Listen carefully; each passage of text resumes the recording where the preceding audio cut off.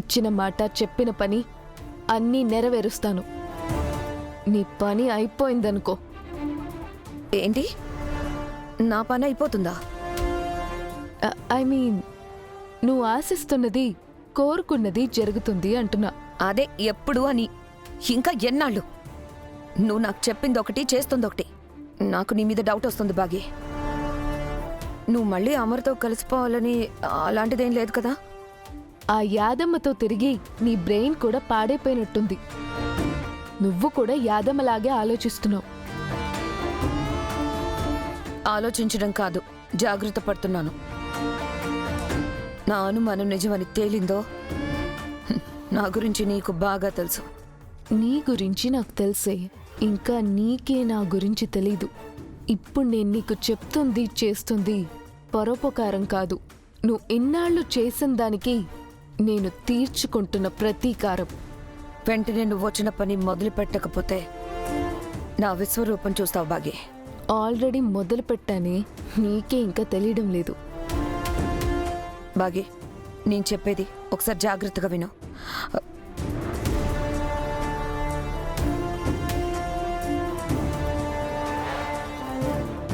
ఏంటండి చాలా కోపంగా ఉన్నారు, ఏమైంది? రణ్వీర్ ఇక్కడికి వచ్చాడు. రణ్వీర్ ఇంకా ఇక్కడే ఉన్నాడా?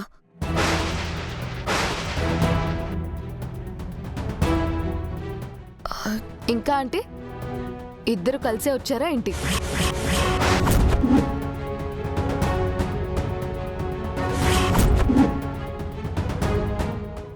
మేమెందుకు కలిసి వస్తాం? తను ఇక్కడే ఉన్నాడా అనబోయి ఇంకా ఇక్కడే ఉన్నాడా అని అన్నాను. బాగా కవర్ చేశాం మనోహరి. పిల్లల్ని పంపిద్దామని నేను బయటికి వెళ్లేసరికి వాడున్నాడు. తన కూతుర్ని ఇవ్వకపోతే నా కూతుర్ని కిడ్నాప్ చేస్తానని నన్నే బెదిరించాడు. పిచ్చా రణ్వీర్కి? పోయి అమర్తో అలా అండవేంటి? నా కూతురి జోలికొస్తే చంపేస్తానని వాణ్ణి బెదిరించి వార్నింగ్ ఇచ్చొచ్చాను.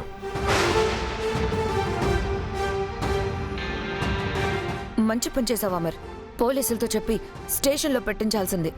నెక్స్ట్ టైం వాడు ఇలాగే వాగితే బెయిల్ రద్దు చేయించి జైలుకి పంపిస్తాను. అమర్? Yes doctor. బాబుతో మాట్లాడారా?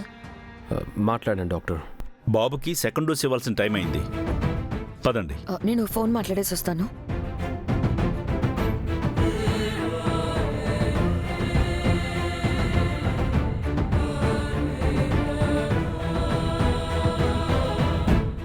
ఇందాక తను చాలా కష్టంగా బ్రీత్ తీసుకుంటున్నాడు. డోస్కి ఇంప్రూవ్మెంట్ ఉంటుంది.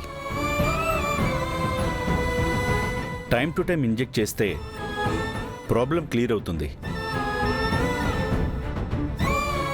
ఢిల్లీ నుంచి మెడిసిన్ వస్తుంది కదా డాక్టర్, మిగతా డోస్ ఇంజెక్షన్స్ ఇవ్వాలి కదా? మెడిసిన్ వస్తుంది, దాని గురించి మీరు వర్రీ అవ్వద్దు. టైం నోట్ చేసుకోండి. నెక్స్ట్ 10 అవర్స్కి మళ్ళీ ఇంజెక్షన్ ఇవ్వాలి.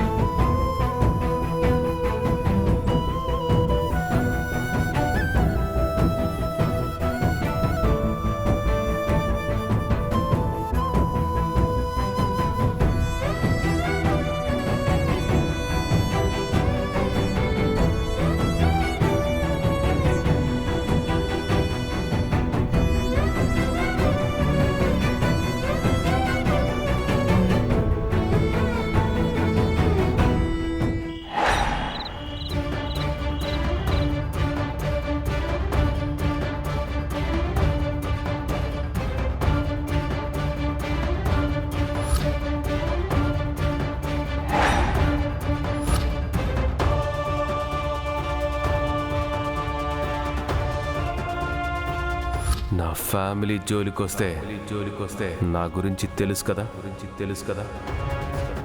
నిన్ను చంపడానికి కూడా వెనకాడు.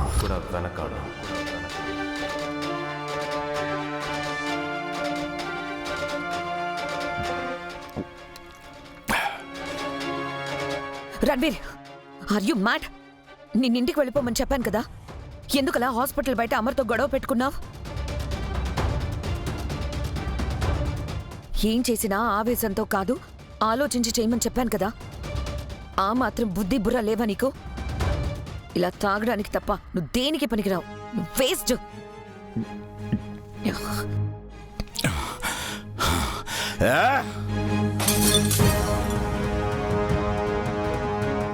ఆపవే, ఇదంతా వచ్చింది నీ వల్లే. కోల్కత్తాలో షేర్లా బతికిన వాణ్ణి. ఏ రోజైతే నిన్ను రోడ్డు మీద చూసి ఇష్టపడ్డానో ఆ రోజే నా బతుకు రోడ్డు మీద పడిపోయింది. 100 కోట్ల ఆస్తి పెట్టుకుని కూడా అది అనుభవించే అవకాశం లేక ఊరూరు తిరిగి ఇలా బిచ్చగాళ్ళ బతుకుతున్నాను. నా ఈ దుస్థితికి కారణం నువ్వే. నువ్వు తప్పు చేసి నన్ను అంటున్నావేంటి? అవునే, నిన్ను ఇష్టపడి పెద్ద తప్పు చేశాను. పెళ్లి చేసుకుని ఇంకో తప్పు చేశాను. నీ వల్ల నా కూతురు దూరమైంది, నా ఆస్తి దూరమైంది, నా మనశ్శాంతి కరువైంది. ఆఖరికి ఆ అమరేంద్ర చేతుల్లో తిట్లు తనులు మిగిలాయి. నాకు నన్ను చంపేస్తానని బెదిరించాడు. నువ్విలా చేస్తే అమర్ అలాగే చేస్తాడు. ఏం చేయాలో నువ్వు నాకు చెప్పక్కర్లేదు. నేను ఆల్రెడీ డిసైడ్ అయిపోయాను. నాకు నా కూతురు కావాలి, ఆస్తి కావాలి. దానికోసం అందరినీ చంపేస్తాను. నీతోనే ఆ చావులు మొదలు పెడతాను. నిన్ను రణ్వీర్, రణ్వీర్, రణ్వీర్, వదులు రణ్వీర్. నిన్ను ఏం చేస్తున్నావు రణ్వీర్? ఏయ్! వదులు. నిన్ను వదలనే, చంపేస్తాను. ఆ తర్వాత ఆ అమరేంద్ర గారిని చంపేస్తాను. వదులు రణ్వీర్. అందరిని చంపేస్తాను. చావే, చావు. రణ్వీర్, రణ్వీర్.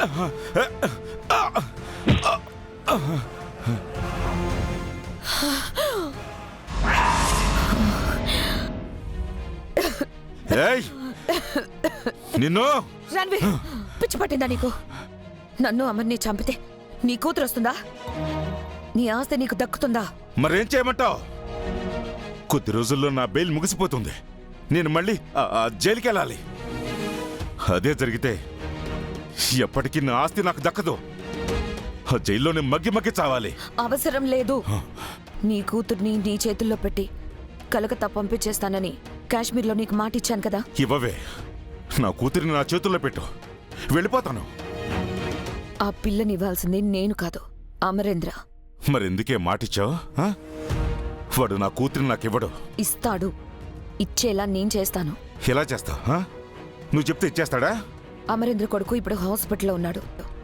అయితే ఆ పిల్ల నిన్ను వెతుకెళ్ళిపోవాలి.